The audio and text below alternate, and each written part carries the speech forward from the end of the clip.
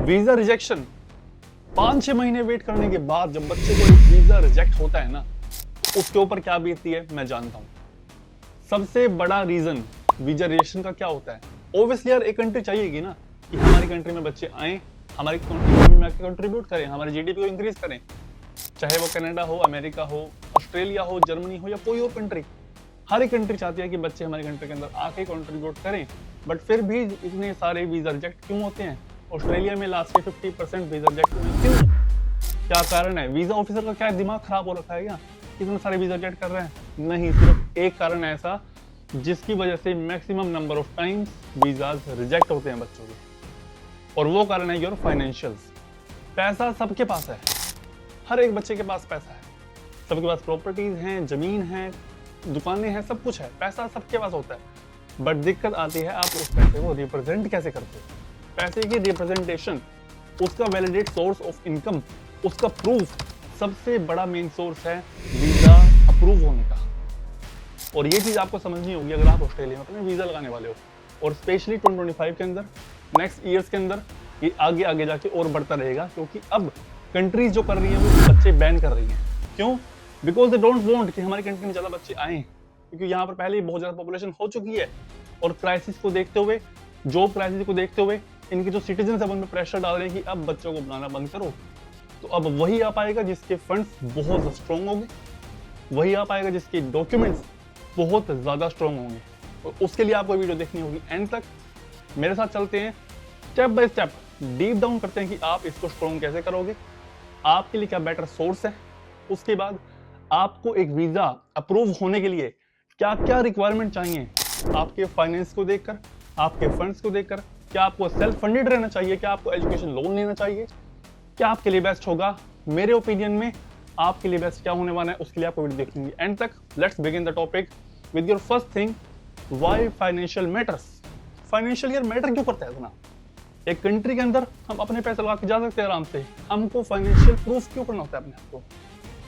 First thing, visa officer obviously wants कि आपके पास एक वैलिडेट सोर्स ऑफ इनकम हो, जिससे अगर एक बार आप यहाँ पर फीस भरकर अपनी आए, तो नेक्स्ट मंथ या फिर नेक्स्ट ईयर से ऐसा ना हो कि आप अपनी फीस खुद ना भर पाए या अपने लिविंग एक्सपेंस आप खुद ना उठा पाए, तो आपकी फैमिली जो है, जो आपकी जो फाइनेंशियल जो वहाँ पर सपोर्ट है वो आपको बैकअप कर पाए।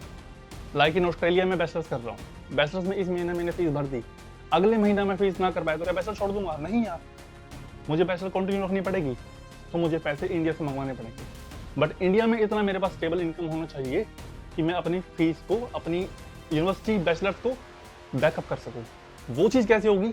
जब यूनिवर्सिटी को ये पता होगा कि हमारे पास एक वैलिडेट सोर्स ऑफ इनकम है, और हमारे पास एक स्टैंप या फिर आप लगा लो एक ऐसा वैलिडेट सोर्स ऑफ इनकम है जो वेरीफाइड है फ्रॉम बैंक से, गवर्नमेंट अथॉरिटी से, पोस्ट ऑफिस से या कुछ भी। अब वीजा ऑफिसर को चाहिए आपका एक वेरीफाइड डॉक्यूमेंट, जहां पर वो देखेगा कि जो आपने फंड्स दिखाए हैं, फंड्स व्हाट फंड्स इंक्लूड, पहला आपकी ट्यूशन फीस, सेकंड आपका लिविंग एक्सपेंस जो कि $30,000 समथिंग एक साल का, third is your travel fair, खर्चा आने के लिए और जाने के लिए खर्चा, ठीक है। इन सब को दिखाने के लिए आपका टोटल बनता है 30 से 35 लाख रुपए, इन ऑस्ट्रेलियन टर्म्स 60,000 से लेकर $80,000। इसको आपको वेरीफाइड करवाना होगा कि आपके पास एक एक रुपया जो है वो वेरीफाइड सोर्स से आता है। तो उसको आप प्रूफ कैसे करोगे? उसके लिए हमारे पास सेकंड चीज है कि आप अपने वीजा के फाइनेंशियल को स्ट्रॉन्ग कैसे करोगे। इसमें भी हमारे पास दो चीजें आती हैं, self funded, education loan. Self funded basically वो चीज है कि आप खुद को फंड कर रहे हो अपनी स्टडीज के लिए, वेदर आपके पेरेंट्स के अकाउंट से, आपके पास बोरोविंग्स हैं, आपके पास अपनी इतनी इनकम जुड़ी हुई है, या फिर आपके पेरेंट्स जो हैं वो बिजनेसमैन हैं, उनके पास एक एनुअल इनकम आती रहती है, मंथली इनकम आती रहती है, और आपकी आइडिया प्रॉपर्ली मेंटेन्ड है, ठीक है। इसमें आप घर के कागजात, इसमें आप अपने प्रॉपर्टी डॉक्यूमेंट्स, इसमें ज़मीन डॉक्यूमेंट्स, आपने अगर आप फार्मर हो तो जे फॉर्म्स वगैरह सब दिखा दोगे, अपने फंड्स इकट्ठे कर सकते हो। इसके ऊपर मैंने पूरा आर्टिकल लिखा हुआ है, नीचे आपको मिल जाएगा how to show funds in Australia, उसके ऊपर आपको पूरा आर्टिकल मिल जाएगा। सेकंड है हमारा एजुकेशन लोन। एजुकेशन लोन आपको पता है बेसिकली आपको एजुकेशन लोन मिलता है सरकार से या बैंक से, उसके बाद आप अपनी एजुकेशन को फंड करते हो, और फिर जब आपकी जॉब लग जाती है फिर आप उसको रीपेमेंट करते हो। It's as simple as that. But education loan एक सबसे बड़ी मिसअंडरस्टैंडिंग है बच्चों के दिमाग के अंदर कि वो उनको लेना चाहिए जिनके पास पैसे नहीं होते। रॉन्ग। पैसे नहीं होने की बात नहीं है, मैंने पहले कहा पैसे हर एक के पास होते हैं, but education is not only for just those people जिनके पास पैसे नहीं होते, but to strengthen your visa. जब आप एक एजुकेशन लोन लेते हो ना, तो आप अपने वीजा को स्ट्रेंथन कर रहे हो, आप अपने वीजा के डॉक्यूमेंट्स को स्ट्रॉन्ग कर रहे हो, क्योंकि वीजा ऑफिसर के पास फिर एक वैलिड डॉक्यूमेंट है कि आपके पास जो फंड्स हैं वो किसी अथॉरिटी अप्रूव्ड है, गवर्नमेंट अथॉरिटी अप्रूव्ड है, बैंक से अप्रूव्ड है। अगर सपोज कि आपको एजुकेशन लोन मिल रहा है 30 लाख का SBI बैंक से, ठीक है, वीजा ऑफिसर कहाँ ट्रस्ट ज्यादा करेगा? आपके पर्सनल इनकम पे, जहां पर उसको 100 डॉक्यूमेंट देखने पड़ेंगे आपके फंड्स को वेरीफाई करने के लिए, या फिर एक ऐसी जगह से जहां पर गवर्नमेंट अथॉरिटी जो SBI बैंक है वो इशू कर रही है डॉक्यूमेंट कि हमने इसका एजुकेशन लोन अप्रूव किया है 30 लाख रुपए का, और ये बच्चा अब जा सकता है बाहर पढ़ने के लिए, and we support him financially. तो कहाँ वीजा ऑफिसर ज्यादा बिलीव करेगा? इस इधर कैटेगरी A के ऊपर या कैटेगरी B के ऊपर? ऑब्वियसली कैटेगरी B के ऊपर, क्योंकि वहां पर गवर्नमेंट अप्रूव करती है उस बच्चे को कि भैया आप जाओ, हम आपको फंड करेंगे। तो वीजा का ट्रस्ट, वीजा ऑफिसर का ट्रस्ट कहाँ बनेगा? कैटेगरी B के ऊपर बनेगा, क्योंकि यहाँ पर उसने एजुकेशन लोन लिया हुआ है। आई डोंट प्रमोट कि आप एजुकेशन लोन लो, बट आपके वीजा को स्ट्रेंथ करने का, आपके वीजा को स्ट्रॉन्ग करने का एजुकेशन लोन एक बहुत बड़ा मेजर रोल प्ले करता है। मैंने लास्ट 3-4 वीडियो बनाई है एजुकेशन लोन के ऊपर। यू डोंट बिलीव, बच्चों को बहुत ज्यादा हेल्प मिली है, मुझे बहुत सारे कमेंट आए हैं, थैंक यू कि आपने हमारे लिए एक प्रॉब्लम सॉल्व की कि हम एजुकेशन लोन कैसे लें। बहुत तरीके हैं एजुकेशन लोन लेने के, आप डायरेक्ट बैंक के थ्रू ले सकते हो, बट जब मैंने ट्राई किया था ना इंडिया में बैंक के थ्रू लेने का, तो मुझे बहुत ज्यादा घुमाया फिराया उन्होंने। आज आओ, कल आओ, इतने डॉक्यूमेंट मांगे, इतने डॉक्यूमेंट मांगे, जब उनको कॉल करो भाई दोबारा डॉक्यूमेंट लेकर आओ, दोबारा डॉक्यूमेंट लेकर आओ। आई डोंट बिलीव यार कि मुझसे उन्होंने इतने सारे डॉक्यूमेंट मांग लिए और इतने हिडन चार्जेस। तो मुझे को लोन मैं ले नहीं पाया भाई, मैंने छोड़ दिया भाई, मैं नहीं लेता लोन, मैं तो खुद फंडेड कर लूंगा। मतलब यू डोंट बिलीव कि मेरा 1.5 महीना वेस्ट हुआ है एजुकेशन लोन के चक्कर में भागते भागते, और फिर भी मुझको एजुकेशन लोन नहीं मिला। बट उसका सॉल्यूशन मुझे अब मिल चुका है, इतना अच्छा सॉल्यूशन है। Next, education loan versus self funded, which is better? आपके लिए क्या बेटर रहने वाला है? आज हम कंपेयर करेंगे एजुकेशन लोन लेना चाहिए आपको या सेल्फ फंडेड रहना चाहिए आपको, कौन सा आपके लिए ज्यादा बेनिफिशियल होगा। फर्स्ट फैक्टर है हमारा फाइनेंशियल प्रूफ। अगर आप एजुकेशन लोन लेते हो तो आपके पास एक स्ट्रॉन्ग और वेरीफाइड फाइनेंशियल प्रूफ होगा, क्योंकि वहां पर आपके पास एक वेरीफाइड डॉक्यूमेंट होगा फ्रॉम गवर्नमेंट अथॉरिटी या फिर बैंक की तरफ से, तो वो एक वीजा ऑफिसर की नजरों में ट्रस्ट फैक्टर जनरेट करता है। सेल्फ फंडेड में भी ये चीज है, बट आपको प्रूफ करने के लिए 25-30 डॉक्यूमेंट देने पड़ेंगे। Second is your visa proof chances. Visa proof chances education loan में हायर है, क्योंकि वहां पर एक ट्रस्ट बिल्ड हो रहा है वीजा ऑफिसर का, गवर्नमेंट अथॉरिटीज का और आपके साथ, ठीक है। सेल्फ फंडेड में थोड़े से कम है, क्योंकि अगर आपकी एक डॉक्यूमेंट भी कमी हुई, आप अपना 10 लाख रुपए 5 लाख रुपए अप्रूव नहीं कर पाए कि आपके ये पास पैसे कहाँ से आए, अगर आप खुद के पैसे ही प्रूव नहीं कर पाए कि हमारे पास ये पैसे कहाँ से आए, आपने ITR प्रॉपर्ली नहीं भरी, आपने अपनी कोई जमीनी डॉक्यूमेंट नहीं दिखाए, कोलेट्रल नहीं दिखाया, और आपको कुछ ऐसा जगह से पैसे आ रहे हैं जो इलीगल है या फिर कैश मनी है, आप उसका प्रूफ नहीं कर पाए, तो वहां पर चांसेस थोड़े से कम हो जाते हैं। थर्ड इज हमारा सेविंग्स। आपको सेविंग कितनी चाहिए? एजुकेशन लोन के लिए 0 सेविंग्स, आपको सेविंग्स की नीड नहीं है, बट सेल्फ फंडेड के लिए सेविंग मोस्ट है, क्योंकि आपको सेविंग बिना करे सेल्फ फंडेड आप हो नहीं सकते। किसी के पास इंडिया में इतनी प्रॉपर्टी नहीं है कि वो भाई अपने 45-40 लाख रुपए दिखा सके, ठीक है, आपको सेविंग करनी ही पड़ेगी, ऑब्वियस सी बात है। फोर्थ है हमारा फ्लेक्सिबिलिटी और हमारा फंड यूजेज। आप एजुकेशन लोन को किसी भी तरह यूज कर सकते हो, किसी भी तरीके से अपना लिविंग एक्सपेंस कवर करने के लिए, अपने एजुकेशन फीस कवर करने के लिए, अपना ट्रैवल एक्सपेंस दिखाने के लिए आप उसको दिखा सकते हो एजुकेशन लोन को, इसलिए तो एजुकेशन लोन होता है। तो यहाँ पर आपके पास एक स्ट्रक्चर वे है एजुकेशन लोन को यूज करने का, बट वहां पर इसको थोड़ा सा टर्मिनेट किया जा सकता है सेल्फ फंडेड के अंदर, क्योंकि सेल्फ फंडेड में आप दिखा रहे हो कि आपके पास proper limited amount of money होगी जिसको आप दिखाओगे अपने एक्सपेंसेस कवर करने के लिए। और मुझे पता है कि कोई भी बंदा सेल्फ फंडेड होकर नहीं आता ऑस्ट्रेलिया में कि मैं खुद के पैसे खुद उतारूंगा, ठीक है, वो यहीं पर आने के बाद ही करता है, ठीक है। तो भाई सिंपल सी बात इतनी है कि अब तक के अगर हम देखें education loan is preferable, but मैं आपको लास्ट में अपना ओपिनियन दूंगा क्या मेरा ओपिनियन है, ठीक है। अब फोर्थ चीज हमारी smartest way to get visa proof. Self funding कुछ हद तक वर्क करती है जब आपके पास एक क्रिस्टल क्लियर इंफॉर्मेशन हो कि वो पैसा कहां से आया है। इंडिया में बहुत ज्यादा कैश में बात होती है, और कैश को प्रूव कर पाना बहुत ज़्यादा मुश्किल होता है मेरे हिसाब से, क्योंकि कैश का ना कोई वैलिड सोर्स नहीं होता कि आपके पास पैसा कहाँ से है। अगर आपने ज़मीन बेची है और ज़मीन बेच के थोड़ा आपको कैश मिला, थोड़ा आपको इन अकाउंट पैसा मिला, इन अकाउंट का फिर भी प्रूफ है कि आपने ज़मीन बेची है, बट कैश का क्या प्रूफ दोगे आप। इसलिए जो हज़ारों बच्चे हैं वो एजुकेशन लोन की तरफ देखते हैं, जिससे उनको एक वीज़ा ऑफिसर को एक ट्रस्ट बिल्ड करवा सके कि भाई हमारे पास जो लोन है या हमारे पास जो फीस है, जो हमारे पास फंड्स हैं, वो जेन्युइन है और वो एक अथॉरिटी अप्रूव्ड है। ठीक है, अब देखते हैं कि आपका एजुकेशन लोन आपको वीज़ा अप्रूव करवाने में कैसे हेल्प करेगा। ठीक है, let's begin our fourth step. अब यहाँ तक आपको पता लग गया कि आपका एजुकेशन लोन आपके लिए बहुत बेनिफिशियल होगा वीज़ा अप्रूव करवाने के अंदर। चाहे हमने उसको सेल्फ फंडिंग से कंपेयर किया, हमने उसको बहुत सारे टर्म्स के अंदर देखा, बट सबसे बड़ी दिक्कत पता क्या आती है एजुकेशन लोन के अंदर? That is your collateral. Collateral क्या होता है कि आपको एक कोई चीज़ गिरवी रखनी है अपने लोन के अगेंस्ट, और फिर आपको एक specific amount of money loan में मिलेगी।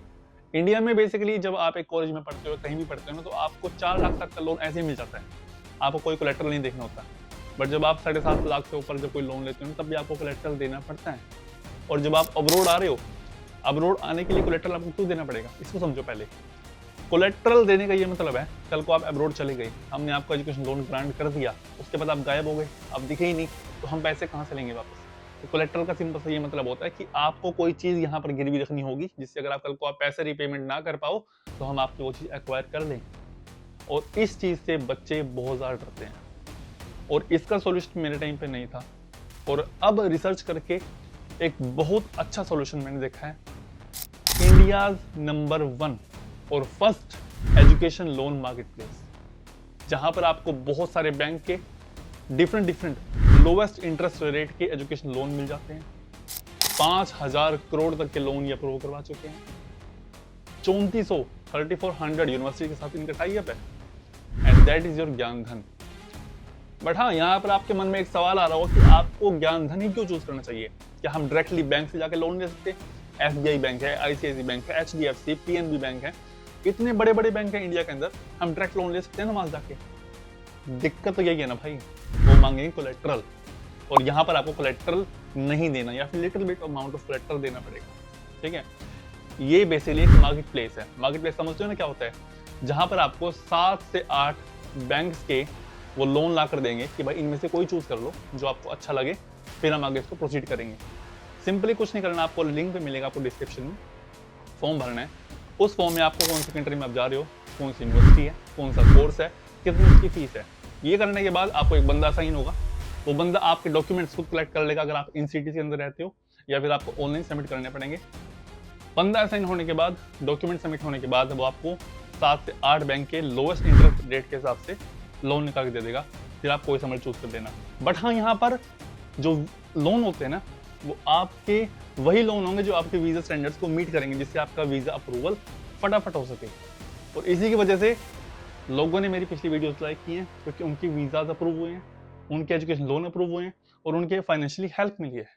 आप भी जाके चेक कर सकते हो, लिंक डिस्क्रिप्शन के अंदर है। सेकंड थिंग हमारे पास जो है, मेरा ना हमेशा से एक मोटो रहता है इस चैनल के ऊपर कि मैं ऐसी चीजें प्रमोट करूं जो आपके लिए बेनिफिशियल हो, जो आपके लिए जेन्युइन हो और फ्री हो। और यही इसका एक मेन एग्जांपल है। ज्ञान धन फ्री प्लेटफॉर्म है, आपसे वो 1 रुपये चार्ज नहीं करेंगे, बिल्कुल जेन्युइन बंदे हैं, पहले भी इन्होंने बहुत से लोन अप्रूव करवाए हुए हैं और आगे भी लोन अप्रूव करवा देंगे। 5,000 करोड़, समझ रहे हो ना कितना बड़ा नंबर है, सपने में भी सोचना नहीं होगा कितना बड़ा नंबर है। 5,000 करोड़ इतनी लोन अप्रूव अब तक करवा चुकी है, 15,000 बच्चों का लोन अप्रूव करवा चुकी है। इससे आप समझ सकते हो भाई कितनी बड़ी मार्केट है। ठीक है, सेकंड, मेरा ओपिनियन क्या है। मुझे पता है कि आप इस चीज का बहुत सब्र से वेट कर रहे होंगे कि मेरा ओपिनियन वीडियो में क्या होगा। अगर आपके पास फंड्स हैं, आप कैपेबल हो इतना लोन लेने के लिए कि आप 35-30 लाख इकट्ठे कर लो, जो कि मुझे पता है पॉसिबल नहीं है इंडिया के अंदर। ठीक है, मेरे तौबा बोल गई थी करते करते, नहीं हुआ था भाई, मुझे पता है मैंने कैसे किया। आपके लिए एजुकेशन लोन बेस्ट है, क्योंकि एजुकेशन लोन की वजह से ना आपका जो फंड्स हैं वो स्ट्रॉन्ग हो जाते हैं, आपके जो फाइनेंशियल डॉक्यूमेंट है वो स्ट्रॉन्ग हो जाते हैं, और वीज़ा ऑफिसर को ना एक पॉइंट मिल जाता है कि भाई इसकी जो फंड्स है ना, अगर इसको अथॉरिटी ने अप्रूव कर दिया, गवर्नमेंट ने अप्रूव कर दिया, बैंक्स ने अप्रूव कर दिया, तो मैं कौन होता हूँ इसको रोकने वाला।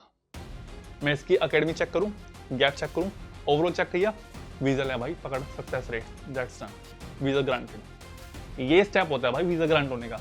यहाँ पर आपको वीजा ग्रांट फटाफट देखने को मिलता है जब आप एक एजुकेशन लोन लेकर एक वैलिड सोर्स के थ्रू ट्रस्ट बनाकर गवर्नमेंट अथॉरिटी से अप्रूव होकर एजुकेशन लोन की सहायता से अपना वीजा लेते हो। ठीक है, आई होप कि आपको वीडियो इंटरेस्टिंग लगी होगी, और मैं चाहता हूं कि अगर आपको वीडियो इंटरेस्टिंग लगी है और मैंने आपकी लाइफ में थोड़ी सी वैल्यू भी ऐड की है ना, तो इस वीडियो को लाइक जरूर कर देना, हमारे चैनल को सब्सक्राइब कर देना, जिससे हमारी कम्युनिटी और बड़ी हो सके और हम ऐसे और डिफरेंट थिंग्स को कैटर कर सके।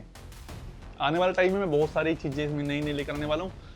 स्टूडेंट्स के इंटरव्यूज, कैसे स्टूडेंट यहाँ पर आके अपनी स्ट्रगल फेस करते हैं, कैसे उनसे बाहर निकलते हैं, कैसे वो जॉब ढूंढते हैं, हाई पेड जॉब्स कौन सी होती हैं ऑस्ट्रेलिया के अंदर, आप बिजनेस कैसे कर सकते हो ऑस्ट्रेलिया के अंदर, मैंने पहले वीडियो बनाई है। बट अगर आपको चाहिए कि मैं डेफिनेटली एक डेडिकेटेड वीडियो बनाऊं कि आपको बिजनेस कैसे स्टार्ट करना है ऑस्ट्रेलिया के अंदर, तो मुझे कमेंट डाउन कर देना। अगर आपको चाहिए कि मैं कैश के ऊपर वीडियो बनाऊं कि कैश जॉब्स ऑस्ट्रेलिया में कैसी हैं, तो मुझे कमेंट कर देना कि cash jobs, and I will make video on that. तो मिलते हैं अपने वीडियो के साथ, तब तक अपना ख्याल रखो, एजुकेशन लोन फटाफट अप्रूव करो, लिंक डिस्क्रिप्शन के अंदर है, और अपना वीजा लेकर ऑस्ट्रेलिया में आओ, मैं आपका स्वागत करता हूँ। ठीक है, टेक केयर, बाय बाय।